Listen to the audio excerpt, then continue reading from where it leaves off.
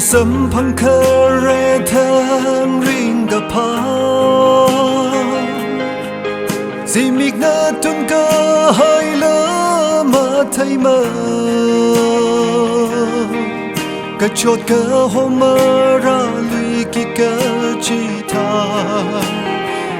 sarum kahai saikora ajava Ining ningchotkhavai sahao Khayon hangchiphun zathuihaira Ining Kachot khipalikha machiphunpai mangathapai Leishat ningchot Iwui yarngasahao Okthot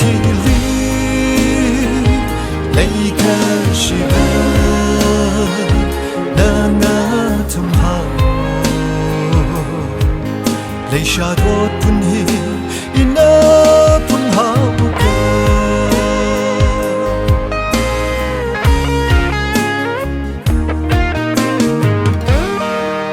Leishat kaho cheta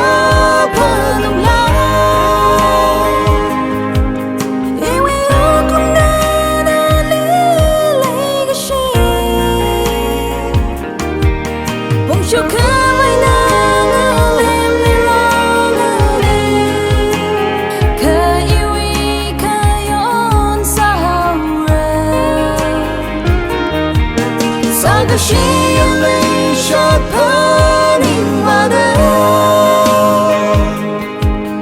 Meiphung mang zathuihaira Ining Kachot khipalikha machiphunpai mangathapai Leishat ningchot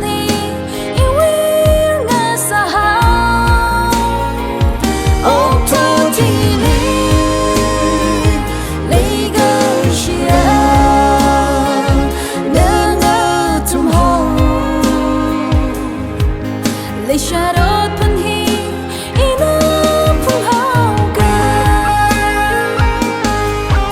Ining Kachot khipalikha machiphunpai mangathapai Leishat ningchot Iwui yarngasahao Okthot